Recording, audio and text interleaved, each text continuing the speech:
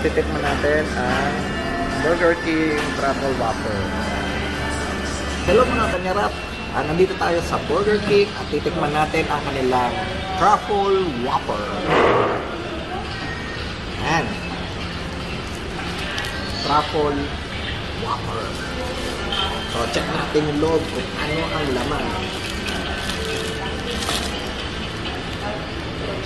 Ooh! Ano kaya yung garlic? O yun yung truffle. So, ayan, ang laman. Kasi ang alam ko, yung carbonara truffle eh. Okay? So, papartner natin ang onion rings, which is sa Burger King lang meron na fast food. Ayan. So, spiky oh.